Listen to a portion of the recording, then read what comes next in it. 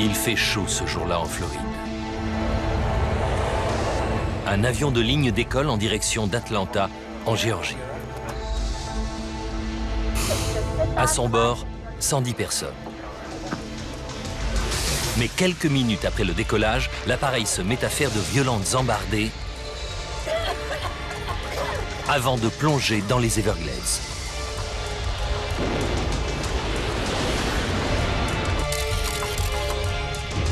L'épave disparaît dans des marais infestés de crocodiles.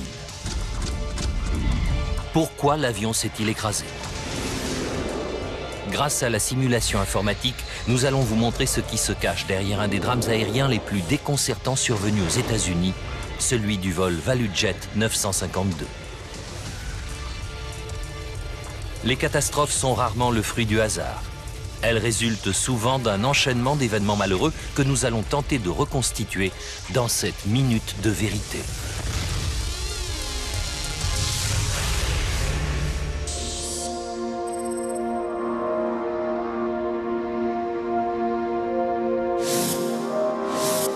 États-Unis, Floride, aéroport international de Miami. 11 mai 1996. Il est 11h30. Jay Smith, 24 ans, est déposé à l'aéroport par son copain Scott Kleiman. Jay rentre chez lui à Montgomery, en Alabama. Salut tes parents pour moi. Le lendemain, c'est la fête des mères et la famille Smith a hâte de revoir Jay, surtout sa maman, Suzanne, qui l'adore. C'est un enfant fantastique. Je n'aurais pas pu avoir de meilleur fils. Il est parfait à tout point de vue. Sur le tableau des départs, Jay repère son vol, le ValueJet 592, qui doit décoller à 13h. Il est arrivé très en avance car la sécurité à ce moment-là est particulièrement contraignante. En effet, les 26e Jeux Olympiques vont bientôt s'ouvrir à Atlanta et le FBI a arrêté des militants d'extrême droite et saisi des stocks de fabrication de bombes artisanales. Il partage la une avec le terroriste islamiste Ramzi Youssef, qui est accusé d'avoir posé une bombe au World Trade Center. Le FBI sait que d'autres membres de sa cellule sont en cavale et qu'ils peuvent frapper à tout moment. Et les avions de ligne constituent une cible de choix. Sue et Ron Carpenter s'apprêtent eux aussi à embarquer sur le vol 592. Ils se sont mariés 3 jours plus tôt sur un paquebot de croisière dans les Caraïbes. Mike, le frère de Sue, est ravi pour eux. Elle n'avait jamais été plus heureuse de sa vie et je crois que c'était aussi le cas de Ron. Ils avaient des goûts communs, ils aimaient passer du temps ensemble, c'était le couple parfait.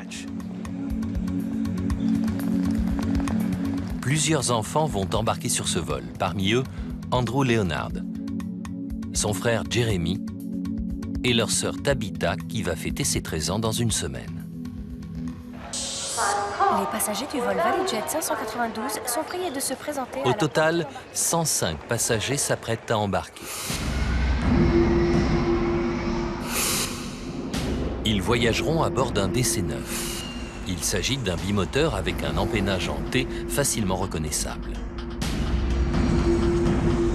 Le DC-9, qui existait alors depuis plus de 30 ans, avait autrefois été la clé de voûte des vols intérieurs américains, mais son histoire était émaillée de plusieurs tragédies.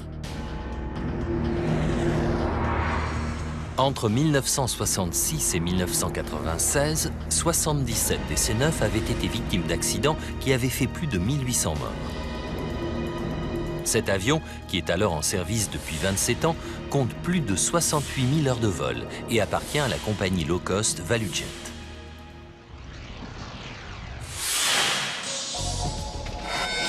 « 13h25. L'hôtesse de l'air Mandy Summers accueille ses passagers. Sa personnalité pétillante lui vaut le surnom de Mademoiselle ValueJet.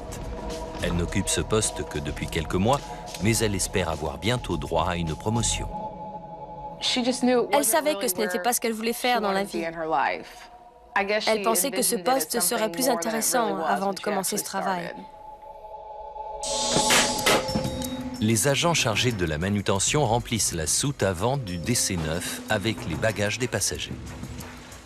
23 kilos de courrier, des pièces d'avion, dont 3 pneus, et plusieurs cartons marqués Comat contenant du matériel appartenant à la compagnie.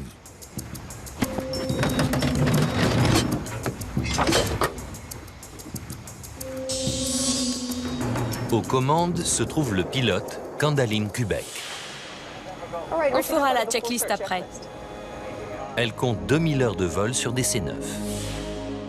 Chez ValuJet, elle est réputée pour son professionnalisme.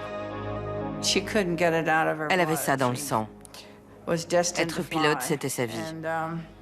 Sans ça, elle n'était pas heureuse. La veille, elle a fêté son 35e anniversaire. L'équipage avait organisé une surprise pour elle à bord de l'avion à Dallas et voulait qu'elle parte en goguette, ce qu'elle avait bien sûr refusé. Elle m'a dit, ils auraient dû savoir que je ne sortirais pas la veille d'un vol. 13h30. L'avion compte une demi-heure de retard. Il y a quelques problèmes mécaniques. Le pilote automatique ne fonctionne pas correctement. Une jauge de carburant et le téléphone de cabine sont en panne et le circuit hydraulique de secours donne des signes de fatigue. L'officier pilote de ligne, l'OPL Richard Hazen, a fait partie de l'armée de l'air américaine pendant 20 ans. Voler avec du matériel défectueux n'a rien d'inhabituel chez ValuJet. La compagnie propose des vols à bas prix et utilise des vieux avions achetés aux 4 coins du monde. Avec 26 ans de moyenne, sa flotte est une des plus âgées des États-Unis et elle a récemment connu plusieurs alertes. Moins d'un an avant, le moteur d'un autre DC-9 de la compagnie a explosé sur la piste d'Atlanta. 7 personnes ont été blessées par des débris en flammes et la FAA, l'autorité fédérale de l'aviation civile américaine, a ouvert une enquête sur la compagnie. 13h32. Aérodrome d'Opa-locka, à une quinzaine de kilomètres de l'aéroport international de Miami. Daniel Melopt et son ami Rick Delisle s'apprêtent à sortir à bord du Piper Arrow de Daniel.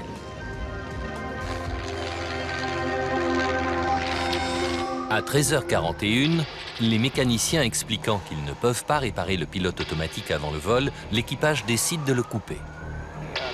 Les voyants jaunes signalent des défaillances en gravité et l'avion est donc prêt à décoller. Le pilote et son OPL passent en revue les dernières étapes de la checklist décollage. À 13h44, avec 44 minutes de retard sur l'horaire prévu, le centre de contrôle aérien donne finalement l'autorisation de décoller au vol 592, indicatif critère. Critère 592, autorisé à décoller, piste 7. C'est bon à droite? Oui. Et c'est bon à gauche? L'équipage dirige l'avion de 48 tonnes vers la piste pour y attendre le créneau horaire de décollage.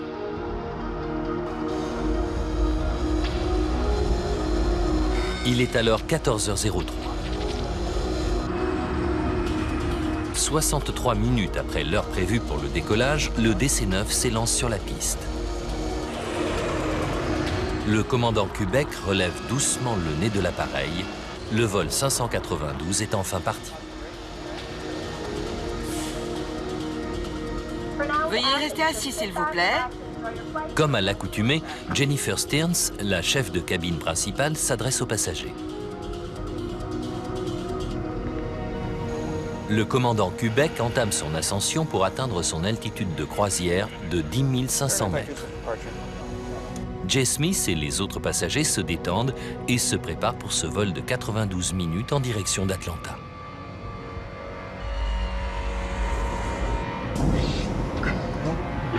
Mais à 14h10, quelques minutes après le décollage, les passagers commencent à sentir de la fumée. Mandy Summers s'efforce de les rassurer.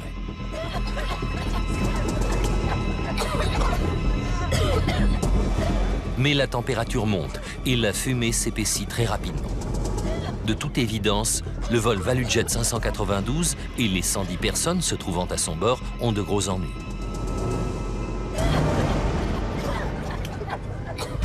À 14h11, la situation empire encore. De plus en plus de fumée se met à sortir du sol de la cabine et au même moment, un autre problème survient. Les pilotes entendent une déflagration violente dans leur casque. C'était quoi? Je ne sais pas. Ce qu'ils savent, c'est qu'il s'agit d'un problème électrique, car l'APU, le groupe auxiliaire de bord, se déclenche aussitôt pour fournir de l'électricité. C'est alors que la fumée envahit le poste de pilotage. Critère 592, retour en urgence. Virez à gauche au 270, maintenez 7000 pieds. Quel est votre problème? Quel qu'il soit, il est très préoccupant. Fumée en cabine.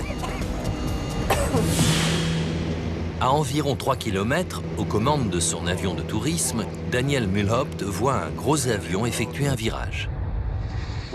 On volait tranquillement et à 10 heures de ma position, j'ai remarqué un avion qui manœuvrait le long du canal. 14h11 minutes 30 secondes. À bord du DC-9, Kandalin Kubek se bat contre son avion. Il semblerait que les commandes ne répondent plus normalement. En cabine, la température continue à grimper. Jennifer Stearns fait alors irruption dans le cockpit et demande pourquoi les pilotes n'ont pas libéré les masques à oxygène des passagers. On a besoin d'oxygène à l'arrière. Impossible. Les pilotes refusent. Comprenant qu'ils n'arriveront pas à rentrer à Miami, ils demandent où se trouve l'aéroport le plus proche. Vecteur de la piste la plus proche. 592, vecteur de la piste la plus proche. De là où il est, Daniel Mulhaupt comprend qu'un drame est en train de se jouer sous ses yeux. L'avion semblait incontrôlable. 14h13. Sur un des canaux, Chris Osceola pêche avec son oncle Sam Nelson.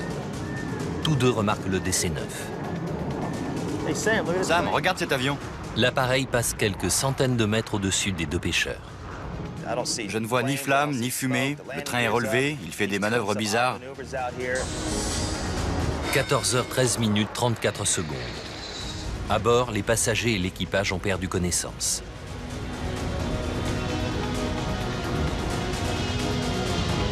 « 14h13 minutes et 42 secondes. 9 minutes et 27 secondes se sont écoulées depuis le décollage lorsque le vol 592 s'écrase dans les Everglades.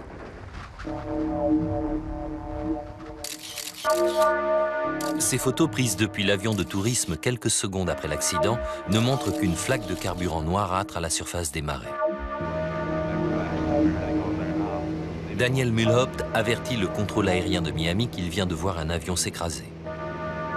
Puis il se met à tourner à l'aplomb du lieu du drame pour permettre aux services de secours de localiser l'épave.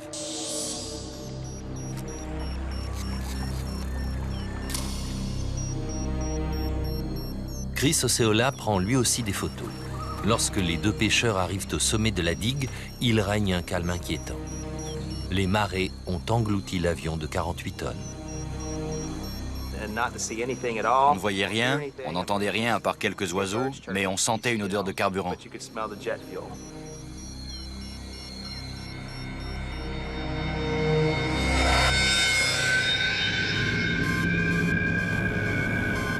Le lieu de l'accident est à 270 mètres de la digue la plus proche et à 14 km de la première route.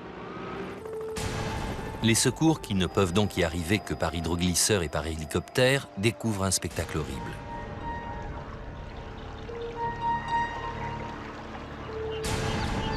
Félix Jiménez de la police de Miami-Dade est un des premiers à arriver sur place.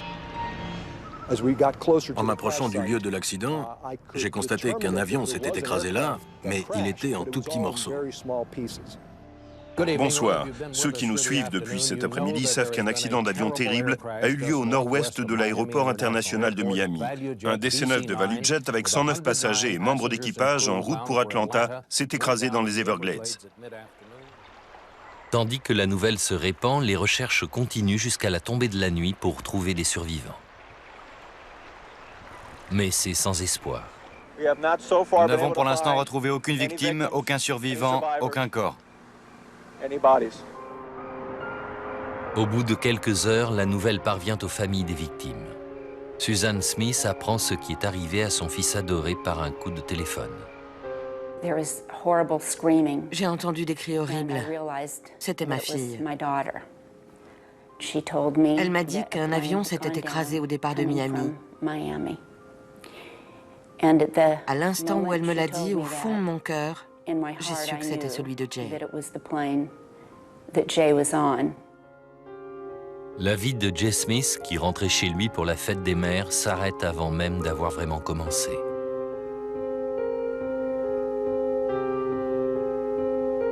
Chez elle, la mère du commandant Quebec, Marilyn Chamberlain, reçoit le même appel téléphonique.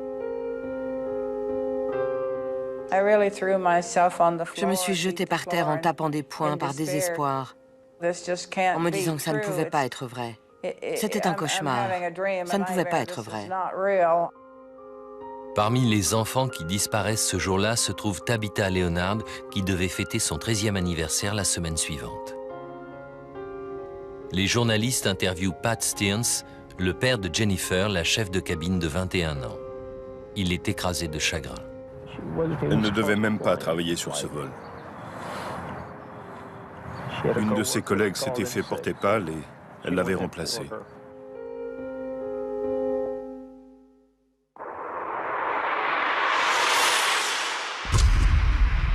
Le désespoir s'accompagne de questions. Pourquoi le vol 592 est-il tombé du ciel quelques minutes après le décollage? Pourquoi 2 pilotes aussi chevronnés ont-ils échoué à sauver leur avion?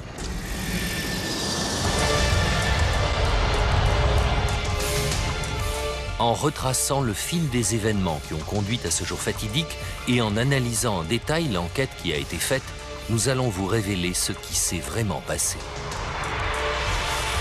La simulation informatique va vous emmener là où aucune caméra ne peut aller, au cœur de la catastrophe.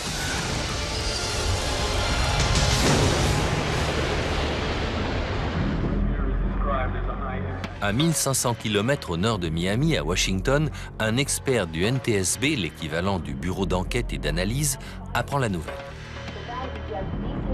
Il a déjà dirigé 2 grandes enquêtes pour le compte du NTSB, mais il sait d'ores et déjà que celle-ci s'annonce comme un défi particulièrement difficile à relever. Je faisais le tour de la maison pour préparer ma valise. Toutes les télés étaient allumées et montraient des prises de vue aériennes de l'accident. Je me demandais, sur un plan professionnel, comment j'allais bien pouvoir mener cette enquête, car je ne voyais aucune épave. Tandis que Greg Feit réunit l'équipe d'urgence, il est filmé au caméscope par un responsable du NTSB.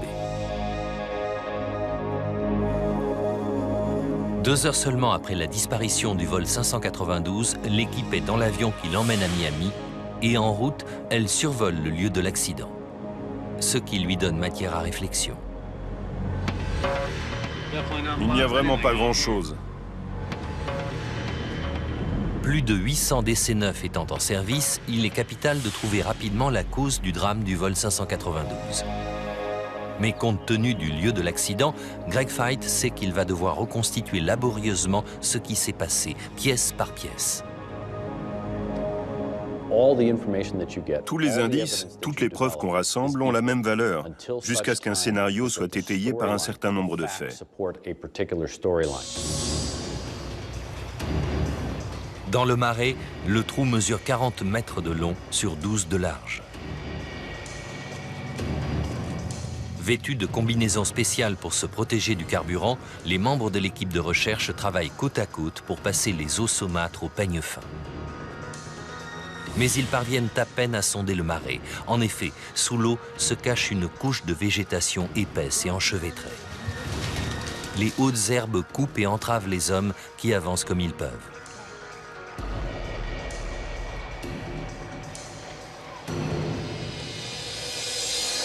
Votre nom? Jesse Lowell Fisher. Profession? Tandis que leurs collègues cherchent des indices, les spécialistes du NTSB commencent par interroger la dernière personne à avoir parlé au vol 592, le contrôleur aérien Jesse Fisher. Ainsi, ils apprennent que l'équipage a signalé la présence de fumée à l'intérieur quelques minutes avant l'accident. À l'évidence, on peut en conclure qu'un incendie s'est déclaré à bord. Il fallait donc dès lors définir l'origine d'un feu qui créerait suffisamment de fumée pour que l'équipage non seulement la remarque, mais la signale. Et une réponse vient tout de suite à l'esprit compte tenu de l'histoire récente de ValueJet. Est-ce une répétition de l'accident de 1995? Un problème moteur a-t-il conduit, même indirectement, à la perte d'un deuxième avion en moins d'1 an? C'est une perspective qui fait froid dans le dos. À elle seule, cette compagnie utilise 47 DC-9. Souffrent-ils tous du même problème? La vie de milliers de passagers peut être en danger. Pour compliquer les choses, les dangers ne manquent pas sur les lieux de l'accident. Les alligators, attirés par l'effervescence inhabituelle, par l'épave et par son contenu, représentent une menace constante. Des hommes armés sont donc déployés pour tenir les prédateurs en respect. Pire encore, les hydroglisseurs et les équipes de recherche remuent la vase. La visibilité sous-marine, qui n'était déjà que de quelques centimètres, tombe à zéro. Le président du NTSB, Jim Hall, fait part de ses problèmes aux journalistes en toute franchise. C'est le site le plus difficile que nous avons eu à explorer. Pour essayer de voir quelque chose, l'équipe fait venir des radars spéciaux. Mais la découverte est décourageante. Sous l'eau se trouve une couche de boue épaisse et en dessous, à 2 mètres de profondeur, c'est du calcaire. Et l'avion s'est désagrégé en milliers de morceaux en percutant la roche.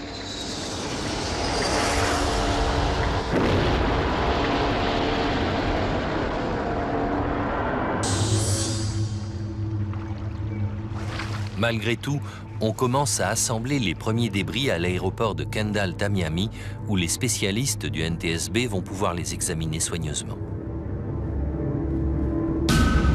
Mais les analyses préliminaires des moteurs laissent supposer que la réponse sera difficile à trouver. Les débris, les herbes et la boue se sont incrustés en profondeur dans les carters moteurs. Greg Feith sait que ça n'a vraisemblablement pu se produire que si les moteurs fonctionnaient normalement au moment de l'impact. S'il ne peut pas encore rejeter l'hypothèse d'un ennui moteur, il semble malgré tout que ça ne soit pas la cause de l'accident. Pour résoudre ce mystère, le NTSB devra se surpasser. Des membres du conseil du NTSB comme John Golia, un expert du DC-9, sont intégrés à l'équipe. Lui aussi a du mal à accepter l'ampleur de la tragédie. On ressent la pression et de l'émotion quand on sait que 110 personnes sont mortes sur la zone où on travaille. C'est quelque chose qui vous ronge. Pour les enquêteurs, la recherche d'indices est une tâche macabre. À chaque fois que j'allais sur les lieux, comme je savais qu'il y avait beaucoup d'enfants à bord, le fait de voir les restes était très dur à supporter. Ça a été très très difficile chaque jour. Petit à petit, les familles et le grand public découvrent l'ampleur de la tragédie. Quand on vit une chose pareille, on est prêt à tout donner pour faire revivre les disparus. Je me souviens des images de l'épave. Elles m'ont minée. J'ai essayé de ne pas pleurer devant ma mère. J'allais dans la douche la nuit pour sangloter. Petit à petit, des tronçons du DC-9 commencent à apparaître dans le hangar. Lentement, les enquêteurs retrouvent, décontaminent et identifient des milliers de fragments. 2 éléments sont censés les aider plus que tous les autres, l'enregistreur de paramètres et l'enregistreur phonique. Mais ces boîtes noires, comme on les appelle souvent, demeurent pour l'instant introuvables.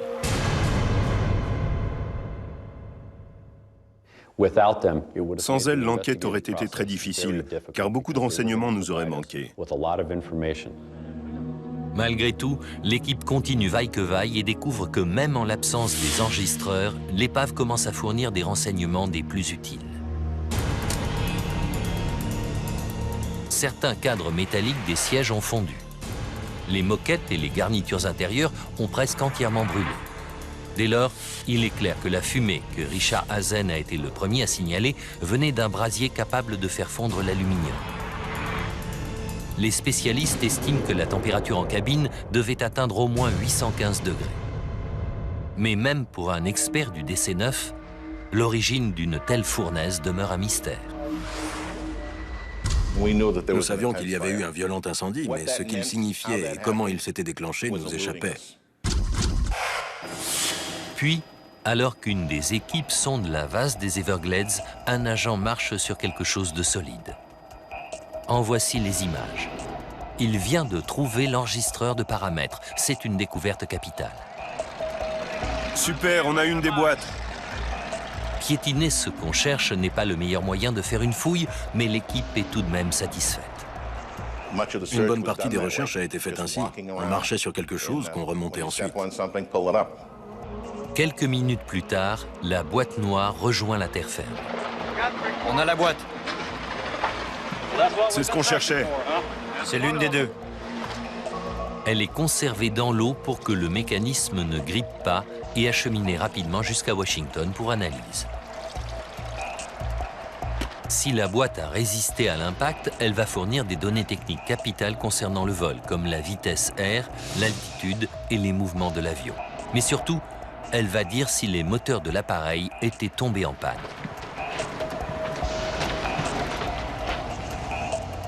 Mais lorsque les techniciens de Washington se penchent sur l'enregistreur, ils ne se montrent guère optimistes. L'enregistreur de paramètres avait pris un mauvais coup. Et lorsqu'on l'a vu pour la première fois au labo, on craignait de ne pas pouvoir en extirper de données. En attendant, le NTSB étudie une éventualité plus effrayante. L'incendie s'étant déclaré si rapidement et l'avion étant devenu totalement incontrôlable, on envisage l'hypothèse cauchemardesque de l'attentat. Les États-Unis vont-ils devoir expliquer que des terroristes agissent sur leur territoire? Greg Feit doit impérativement percer le secret du vol 592.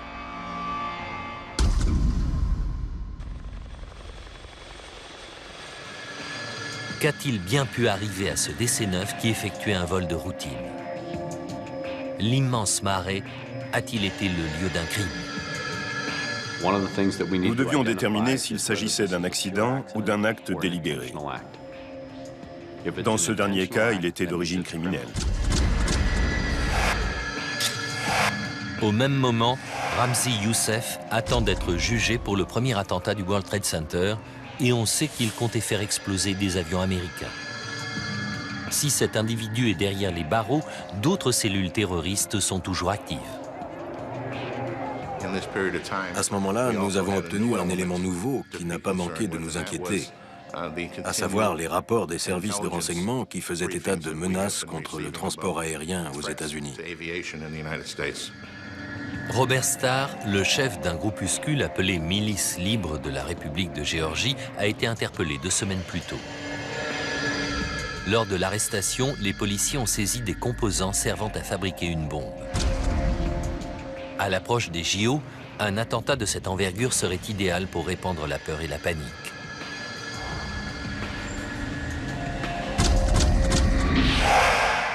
Les enquêteurs du NTSB qui collaborent avec les agents du FBI dépêchés sur les lieux envoient des échantillons prélevés dans le cratère à un laboratoire du Bureau fédéral d'investigation pour qu'on y cherche des traces d'explosifs. Les enquêteurs sont sur les nerfs, mais c'est alors qu'ils franchissent une étape capitale. Après des heures de travail minutieux, les spécialistes du NTSB ont réussi à récupérer les données de l'enregistreur de paramètres. Les indices ne font aucun doute. Il semble que l'avion a souffert de plusieurs problèmes mécaniques et électriques pendant plus de 2 minutes. L'enregistreur de paramètres lui-même est apparemment tombé en panne environ 55 secondes avant le crash.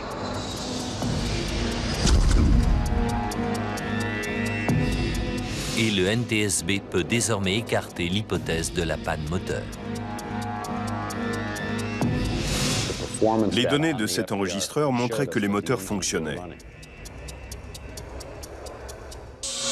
À ce stade, les enquêteurs savent qu'un violent incendie faisait rage et que les moteurs fonctionnaient au moment du crash. Mais c'est à peu près tout. Tout reste encore à découvrir.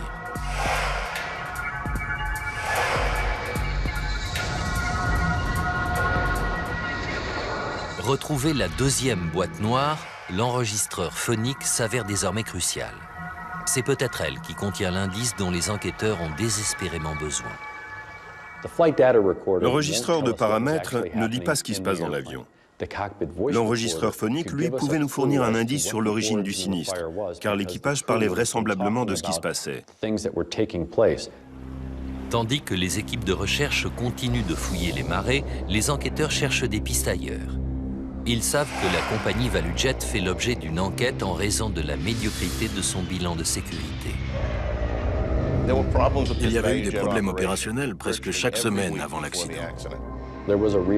On avait peur de découvrir que ValueJet n'assurait pas correctement la maintenance. Dans cette compagnie, les intérêts financiers primaient-ils la sécurité? C'était la grave question qui se posait dans le cadre de l'enquête sur cet accident. L'équipe du NTSB épluche donc l'histoire des problèmes récents de la compagnie. La source de l'accident s'y trouve-t-elle? Effectivement, les enquêteurs découvrent que ce DC-9 souffrait de plusieurs pannes avant même de décoller, ce qui avait d'ailleurs retardé son départ.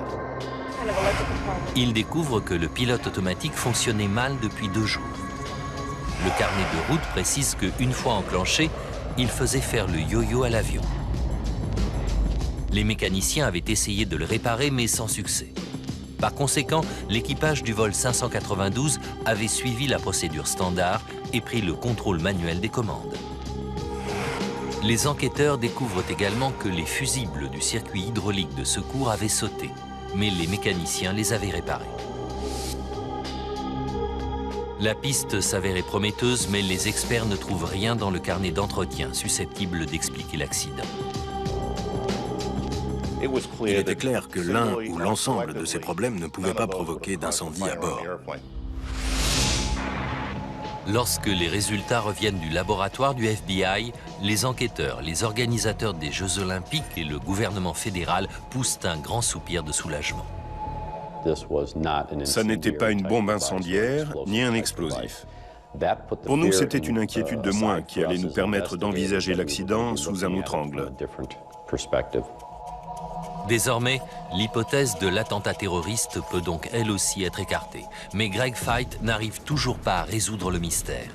Retrouver l'enregistreur phonique reste la meilleure chance de déterminer l'origine du désastre. Dimanche 26 mai. Les recherches exténuantes durent depuis 2 semaines et ce jour-là, un membre de l'équipe manque à l'appel. C'est pourquoi Félix Jiménez, un des premiers policiers à être arrivé sur les lieux, se porte volontaire pour le remplacer. Les recherches étaient très éprouvantes. Il faisait autour de 30 degrés, il y avait beaucoup d'humidité, des orages presque tous les jours qui nous obligeaient à évacuer le site. Malgré tout, la nouvelle que tout le monde espérait tombe enfin. J'ai dit une courte prière et dès qu'on a repris les recherches, quand j'ai plongé ma perche dans l'eau, j'ai senti que j'avais buté dans du métal. J'ai plongé la main et j'ai ressorti l'enregistreur phonique. C'est un moment capital pour toute l'équipe. Cet enregistreur apporte un éclairage dramatique sur les derniers instants de l'équipage. Tout d'abord, les enquêteurs découvrent que le commandant Candaline Kubek et son copilote Richard Hazen ont su qu'il y avait un problème à 14h10, soit 6 minutes après le décollage, lorsqu'ils ont entendu un bruit bizarre dans leurs écouteurs. C'était quoi? Je ne sais pas. C'est un problème électrique. À ce moment-là, l'APU s'enclenche. L'APU s'est déclenchée.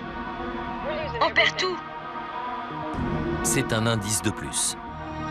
L'APU se déclenche en cas de chute de la puissance électrique. Un court-circuit a-t-il déclenché l'incendie? Après tout, ce DC-9 avait 27 ans et il comptait plusieurs kilomètres de câbles. Un fil électrique défectueux en cabine ou non loin de la cabine a pu provoquer une étincelle. Le problème, c'est qu'il est extrêmement difficile de localiser un court-circuit de ce genre. Mais inspiré par la conversation de l'équipage et les données de l'enregistreur de paramètres, Greg Feit demande à ses collaborateurs d'examiner les vestiges du câblage et les disjoncteurs. L'essentiel du câblage a été très endommagé, voire complètement détruit. Le reste est en petits morceaux dans le hangar. Malgré tout, l'équipe peut peut-être y trouver des indices supplémentaires. Même s'il est rompu en une dizaine d'endroits, ça ne veut pas dire qu'il n'a pas une histoire à nous raconter. Chaque morceau en a une. Mais en dépit des analyses, les experts ne trouvent aucune preuve de court-circuit. C'est une fausse piste de plus à écarter. Il faut donc à nouveau se pencher sur l'enregistreur phonique. On a besoin d'oxygène à l'arrière. Au feu, au feu! Près de 3 minutes avant l'accident, Jennifer Stearns ouvre la porte du poste de pilotage. Il apparaît alors que les passagers ont été les premières victimes de la fumée. Pour Greg Feit, ça signifie que l'incendie s'est déclaré à l'arrière du cockpit. À Kendall, Tamiami, les enquêteurs se concentrent donc dans la zone de la cabine. Et ils font une découverte choquante. Le feu a été si intense dans ce périmètre que le plancher de la cabine a fondu. Y avait-il quelque chose sous les pieds des passagers, peut-être en soute-avant, susceptible de déclencher un incendie? C'est une hypothèse peu plausible. Cette soute, dont le nom officiel est compartiment cargaison de classe D, est totalement hermétique et équipée d'un revêtement ignifugé. Par conséquent, un incendie éventuel doit rapidement s'éteindre de lui-même, privé d'oxygène. Aussi improbable soit-elle, cette hypothèse mérite pourtant vérification. Nous avons repris le manifeste pour voir ce que la soute contenait. Il s'agit de voir s'il y avait quoi que ce soit de suspect. Les enquêteurs découvrent qu'il y avait 23 kilos de courrier et quelques bagages de passagers, mais comme ils savent déjà qu'il n'y avait ni bombe ni engin incendiaire, ils passent à autre chose.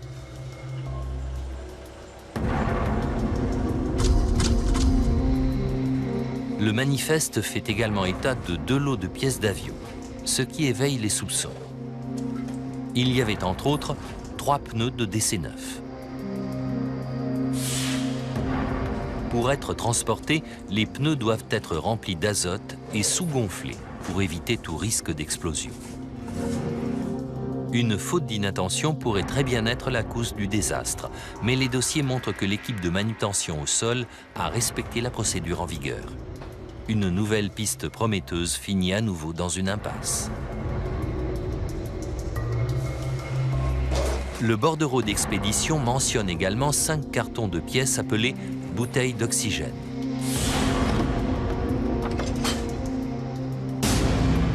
Au départ, l'équipe du NTSB n'y prête guère attention, pensant qu'il s'agit de bonbonnes vides comme celles qui équipent de nombreux autres avions.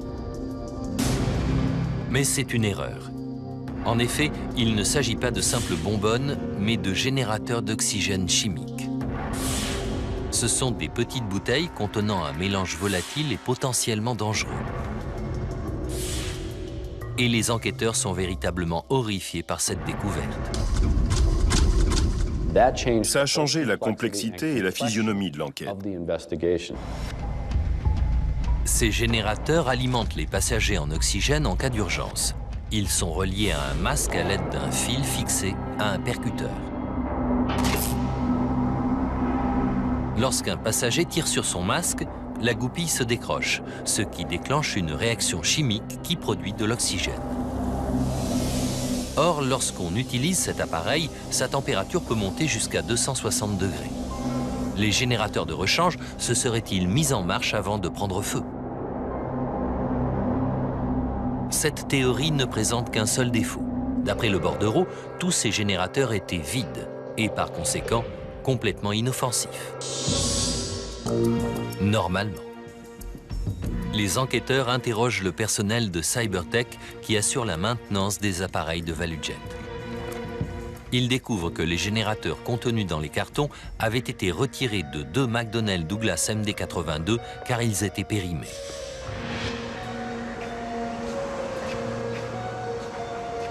Dans ce cas, le règlement prévoit qu'ils doivent être désactivés et détruits ou neutralisés par l'ajout d'une capsule de sécurité sur le mécanisme de déclenchement. Cybertech fournit des documents montrant que les générateurs ont été correctement neutralisés, sauf que ça n'a pas été le cas. En effet, les équipes de recherche récupèrent 28 générateurs dans la vase, dont 18 presque entièrement intacts. Les spécialistes du NTSB les examinent soigneusement et, à leur grande surprise, constatent que 9 d'entre eux se sont déclenchés. Certains n'étaient donc pas vides, contrairement à ce qu'annonçait le bordereau d'expédition. Après un nouvel interrogatoire, les employés de Cybertech reconnaissent ne pas avoir posé les capsules de sécurité. À la place, ils ont simplement scotché ou coupé le fil déclencheur avant de le scotcher. Ensuite, ils ont signé le bordereau bien qu'ils n'aient pas respecté la procédure de traitement prévue. Et pour finir, ils ont emballé les générateurs avec du papier bulle. Je ne comprenais pas comment cette procédure avait pu être aussi mal respectée, ni comment, suite à une négligence pareille à l'atelier, ces générateurs avaient fini à bord de l'avion. Mais pour l'heure, ça n'est qu'une théorie. Le NTSB n'est pas certain que la mise en marche d'un générateur puisse produire suffisamment de chaleur pour déclencher un incendie.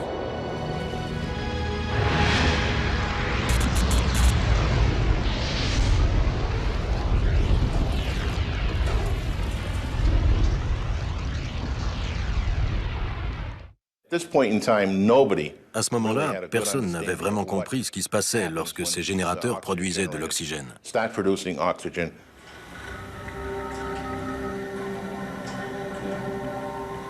C'est pourquoi le NTSB décide de pratiquer une expérience à l'aide de la maquette d'une soute fabriquée au laboratoire pyrotechnique de l'Autorité fédérale de l'aviation civile près d'Atlantic City.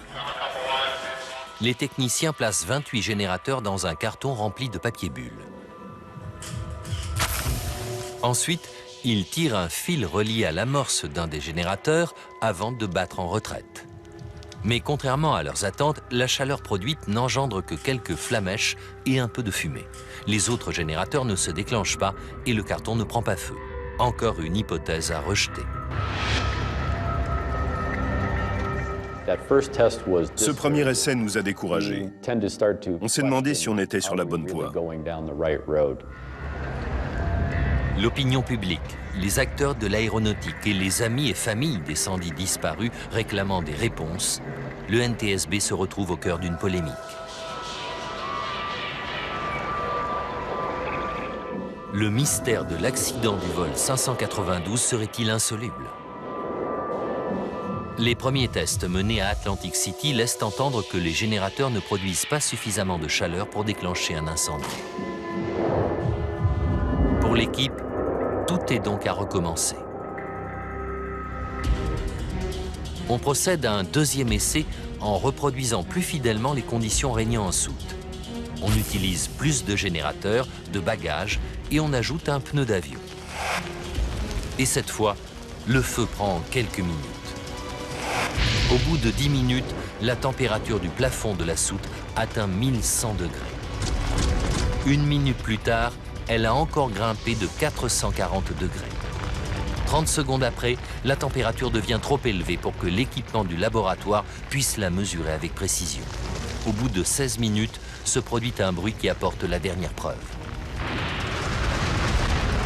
Le pneu vient d'exploser. Les générateurs avaient donc bien la capacité de déclencher et d'alimenter un incendie. Il y avait 144 chalumeaux et l'intensité de la chaleur est montée, au vu des analyses menées après l'expérience, à plus de 1650 degrés.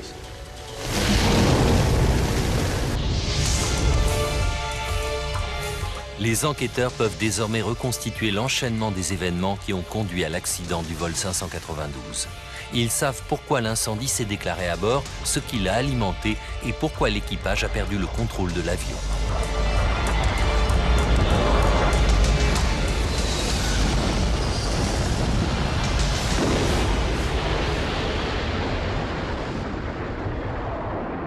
« 11 mai 1996, H-1 heure.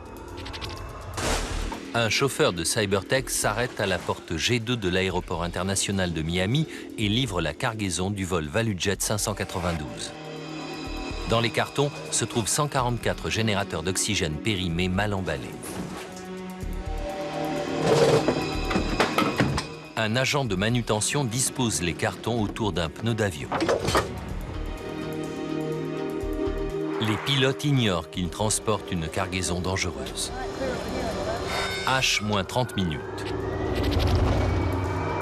Tandis que l'avion roule vers la piste de décollage, les trépidations déclenchent un des générateurs. Ce dernier commence à chauffer. H-11 minutes. Tandis que l'avion s'apprête à décoller, en soute, la surface du générateur métallique chauffe de plus en plus. Bientôt, la chaleur fait s'enflammer les cartons et le papier bulle. H-10 minutes. Le vol 592 décolle de l'aéroport de Miami. Bien que la soute soit étanche, le brasier fait rage. En effet, il est alimenté par l'oxygène produit par les générateurs. H-3 minutes et 30 secondes. La déflagration entendue par l'équipage est celle d'un des pneus qui vient d'exploser en soute, comme il l'a fait lors de l'essai. L'incendie commence alors à s'attaquer aux fonctions vitales de l'avion. C'est un problème électrique. L'APU s'est déclenché. On perd tout. Mais l'APU ne peut être d'aucun secours pour l'avion endommagé, car le feu dévore tout sur son passage, y compris les câbles de commande qui courent jusqu'à l'arrière de l'appareil. Le commandant Kandaline Kubek commence alors à perdre le contrôle de son DC-9. En soute, la température dépasse désormais les 1650 degrés. En cabine, c'est la panique. Les passagers commençant à étouffer, victimes des vapeurs toxiques. On a besoin d'oxygène à l'arrière. Jennifer Stearns fait alors irruption dans le cockpit, mais les pilotes refusent de faire sortir les masques à oxygène, sachant que ce gaz ne pourra qu'alimenter l'incendie. H-1 minute. Le sol de la cabine fond et commence à céder. H-7 secondes. Il n'y a plus personne aux commandes. L'équipage est vraisemblablement inconscient, victime des vapeurs toxiques dégagées par la combustion des équipements intérieurs. Quelques secondes plus tard, le DC-9 pique droit dans les Everglades à 800 km/h.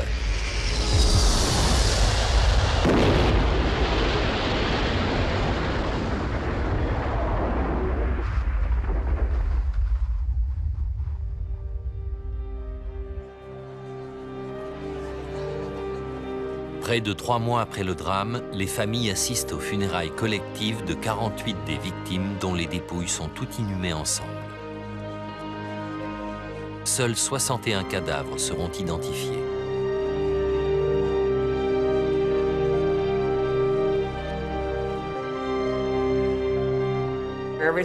Tout ce qui pouvait mal tourner a effectivement mal tourné. Et 110 personnes ont payé de leur vie quelque chose qui n'aurait jamais dû arriver.